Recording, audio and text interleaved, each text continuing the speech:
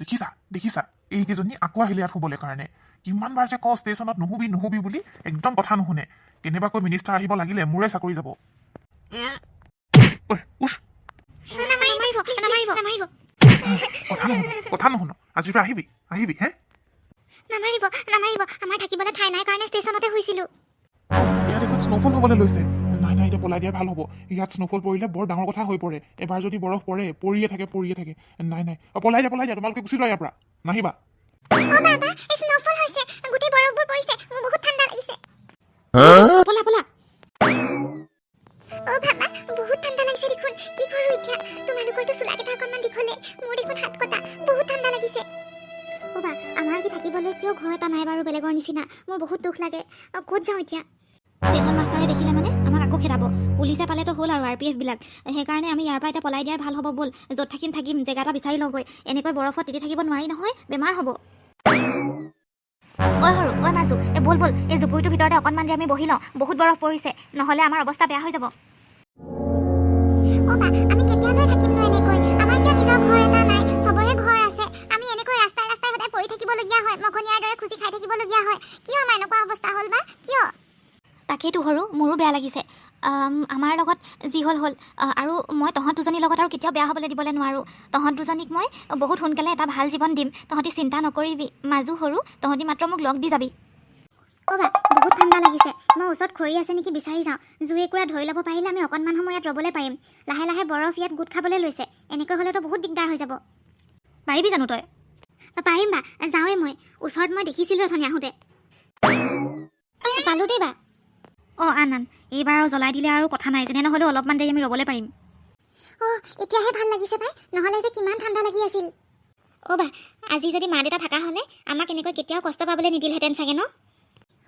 বাইদেউ কয় সেইকাৰণে আজি বৰফখিনি দেখোঁতেই মোৰ মা দেউতালৈ মনত পৰিছে কাৰণ বৰফৰ লগত যে আমাৰ এটা বহুত কলা অতীত জড়িত হৈ আছে তাকেই কেনেকৈনো পাহৰিব পাৰিম সেই দিনটো ঐ তহঁতে কিন্তু ৰাস্তাৰ মাজলৈ নাযাবি দেই বহুত গাড়ী ঘোঁৰা আহি থাকে এনেকৈ চহৰলৈ ওলাই আহিছোঁ আৰু কাম বিচাৰি উপায় নোহোৱাতহে আহিছোঁ ভালকৈ যাবি চাইডে হ'ব দাদা মই আছোঁ নহয় মইহে আগত গৈছোঁ তোমালোকে চিন্তা নকৰিবা লাহে আহি থাকা মাত্ৰ ঘৰটো পালেগৈ আৰু মই শান্তি পাম বৰ কঁকাল বিষ হৈছে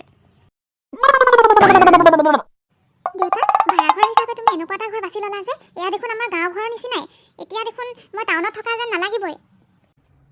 সৰু কথা এটা নহয় মই আকৌ কাম বিচাৰি আহিছোঁহে সেইকাৰণে এই ঘৰটোকে পালোঁ এতিয়া ভাড়াঘৰ হিচাপে ইয়াত মানে দামটো অলপমান কম যদি ভালদৰে আমি কাম এটা বিচাৰি পাই যাওঁ তেতিয়াহ'লে আমি ভাল ঘৰ এটালৈ যামগৈ বাৰু দেই এতিয়া ইয়াতে থাকিব লাগিব লাহে বতৰটোও বেয়া কৰিছে নহয়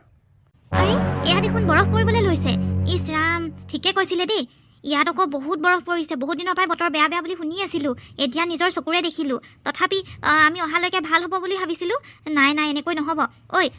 মাজু সৰু ডাঙৰ তহঁতি তিনিজনী যা ৰুমৰ ভিতৰত সোমাই গৈ এনেকৈ ঠাণ্ডাত থাকিলে বেমাৰ হ'ব এনেও ঠাণ্ডা পৰিছেই তাতে ইমান বৰফ ইমান যে ঠাণ্ডা মা দেউতা মোৰ যে গৰম কাপোৰ কেইটাও গাঁৱত আহিলে ঘৰতে বেগটো মই ল'লোঁ বুলি ভাবিছিলোঁ কিন্তু গাড়ীত চাওঁতেহে গম পাইছোঁ মোৰ বেগটো নাই এতিয়া মই কেনেকৈ হাত কটা চোলাটো পিন্ধি থাকিম বাৰু ইমান যে ঠাণ্ডা লাগিছে যা তহঁতি দেৰি নকৰিবি ভিতৰলৈ যাচোন যা বেমাৰ হ'ব নহয় বেমাৰ হ'লে কেনেকৈ দেখুৱাম মই ইয়াত ভালকৈ একো চিনিয়ে নাপাওঁ আহি পাইছোঁহে এতিয়া তহঁতি তিনিজনীয়ে এইখন কাপোৰ লৈয়ে শুই থাকিবি বাহিৰত কিন্তু বিৰাট ঠাণ্ডা নোলাবি আৰু পেচাব কৰিবলৈ আমাক উঠাবি অকলে নাযাবিগৈ তেনেকৈ আৰু হেৰি নহয় সৰুক মাজতে শুৱাই ল'বি তাই গৰম কাপোৰ নানিলে পাহৰিলে বেগটো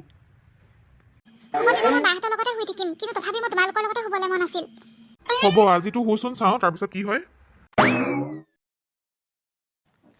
হেল্ল' ৰাইজ আপোনালোকক সকলোকে অহাকালিৰ ভিতৰত ঘৰবিলাক খালী কৰি দিব দিয়া হৈছে চহৰখনত অতিমাত্ৰাত বৰফ পৰাৰ বাবে আপোনালোকক ঘৰবিলাকৰ পৰা সুৰক্ষিত স্থানলৈ যাবলৈ দিয়া হৈছে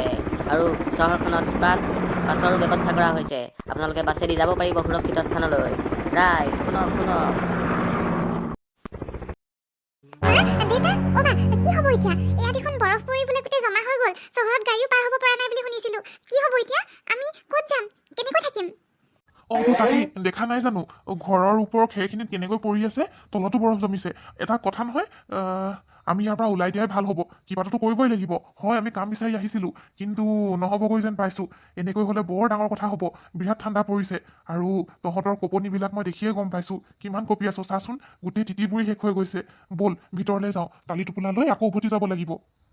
অঁ মা ব'লা ইয়াৰ পৰা বহুত ঠাণ্ডা লাগিছে মই থাকিব পৰা নাই কিবা ধৰণৰ লাগি গৈছে ডাঙৰ মাজু সৰু তহঁত যাগৈ নহ'লে বেলেগ এখন চহৰলৈ লৈ যাব এতিয়া আমিও পামগৈ দে এইখন বাছত হেনো চিট ফুলেই হ'ল মাত্ৰ 3টাই চিট আছে গতিকে তহঁতিও উঠি ল পিছৰখন বাছ যদি আহে তেতিয়াহ'লে আমি উঠি ল'ম কিন্তু দেউতা মা একেলগে যোৱা হ'লে ভাল লাগিলহেঁতেন আমি কেনেকৈ এতিয়া গৈ থাকোঁ অচিনাকি মানুহৰ মাজত মোৰ বেয়া লাগিছে এনেকৈ যাবলৈ তোমালোকক এৰি থৈ এই সোনকালে কৰক দেৰি হৈছে যা তহঁতে উঠি ল'গৈ দেৰি হ'ব নহ'লে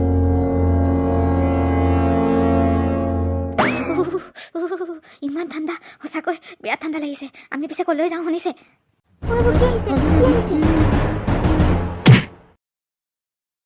গতিকে সেয়াই আমাৰ মা দেউতাৰ কাহিনী কিন্তু এতিয়া মই তহঁতক কেতিয়াও কষ্ট পাবলৈ নিদিওঁ হোৱা বৰফো ৰখিলে এতিয়া আমি ওলাই যাবলৈ পাৰিম বুজিছ ব'ল গৈ থাকোঁ নহ'লে কিন্তু অসুবিধা হ'ব আকৌ যদি বৰফ পৰি যায় আৰু বহুত ভোক লাগিছে কিবা এটাতো খাব লাগিব আজিতো একোৱেই খোৱা নাই দেখোন ৰাতিপুৱা উঠাৰ পাছতে সেই পুলিচজনে খেদোৱাৰ পাছত এনেকৈ ঘূৰি ফুৰিব লগা হৈছে আৰু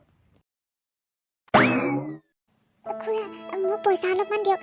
ৰাতিপুৱাৰ পৰা একো খোৱা নাই বৰফৰ বাবে জুপুৰি তাতে সোমাই আছিলোঁ আমাৰ মা দেউতাও নাই আমাৰ ঘৰ বাৰী নাই আমাক পইচা দি সৰক ৰাতিপুৱাৰ পৰা একো খোৱা নাই বহুত ভোক লাগিছে হয় নেকি এয়া লোৱা তিনিগৰাকী বাই ভনী যেন পাইছোঁ চেহেৰাৰ বেছ মিল আছে লোৱা মিলি জুলি খাই ল'বা ধন্যবাদ খুৰা ধন্যবাদ বৰ ভোকত আছে যেন লাগিছে মুখ চুক একেবাৰে শুকাই আছে ছোৱালীকেইজনীৰ সৰু মাজু তহঁতি সোনকালে খাই ল তাৰ পাছত আকৌ আমি ষ্টেচনত গৈয়ে শুবগৈ লাগিব কাৰণ তাতকৈ আৰু ছেফটি জেগা একো নায়েই বাকী বাটে পথে নোৱাৰি আৰু বহুত গুণ্ডা ওলায় আৰু বহুত কুকুৰ ওলায় ৰাতি শুলে মানে দিগদাৰ দিব পাৰে ষ্টেচনতে ভাল হ'ব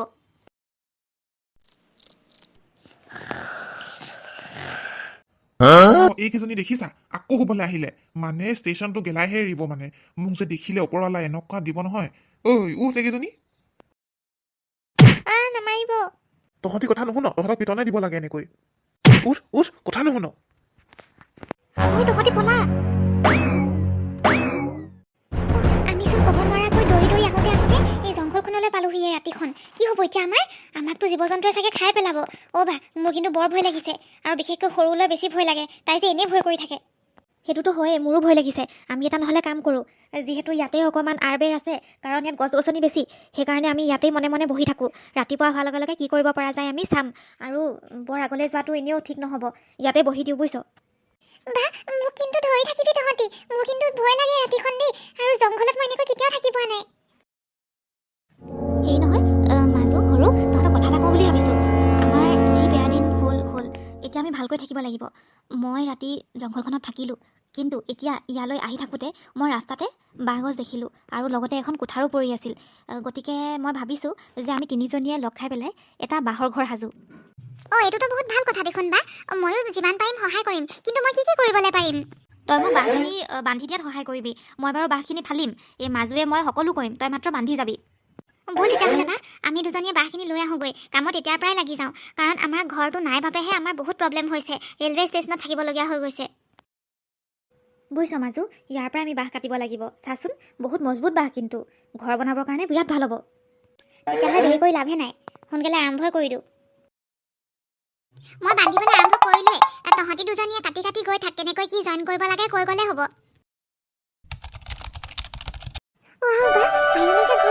মোৰ যে বিশ্বাসেই হোৱা নাই 2 দিন ধৰি লাগি নোখোৱা নোবোৱাকৈ এতিয়া ঘৰটো আমাৰ কমপ্লিট হৈ গ'ল মোৰ বহুত ভাল লাগিছে আমি থাকিবলৈ বহুত ধুনীয়া ঘৰ এটা পাইছোঁ এতিয়া ব'ল তেতিয়াহ'লে ভিতৰলৈ সোমাই চাওঁগৈ নিজে বনোৱা ঘৰত থাকি ইমান ভাল লাগিছে ন বা চা অকল ভাল লাগিলেই নহ'ব তহঁতি দুইজনী এতিয়া ভালদৰে পঢ়া শুনা কৰিব লাগিব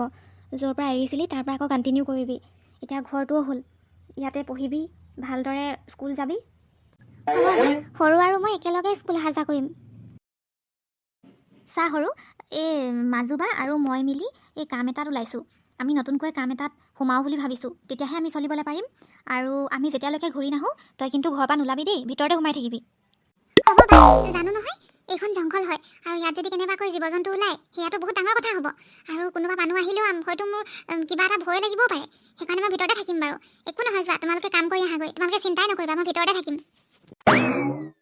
জুৱেলাৰী ষ্ট'ৰত যে এনেকৈ সোমাই লৈছোঁ ভালেই হৈছে আমাৰ ধুনীয়া ইনকাম হৈ থাকিব আৰু তই আৰু সৰুৱে ধুনীয়াকৈ পঢ়া শুনাও কৰিবলৈ পাৰিবি মই নাইট ডিউটি কৰিবলৈও ৰেডি আছোঁ মাত্ৰ তহঁতি দুজনী পঢ়া শুনা এৰি নিদিবি বা মই তাকে ক'ম বুলিয়ে ভাবিছিলোঁ মই এতিয়া যামগৈ ভালদৰে পঢ়া শুনা কৰিম এনেও মোৰ কলেজ শেষ হ'বলৈ লৈছেই লাহে লাহে পঢ়ি শুনি মাজুৱে এটা ডাঙৰ কোম্পানীৰ CEO হ'ল আৰু লগতে সৰুৱেও এগৰাকী সুদক্ষ পুলিচ অফিচাৰ হ'ল।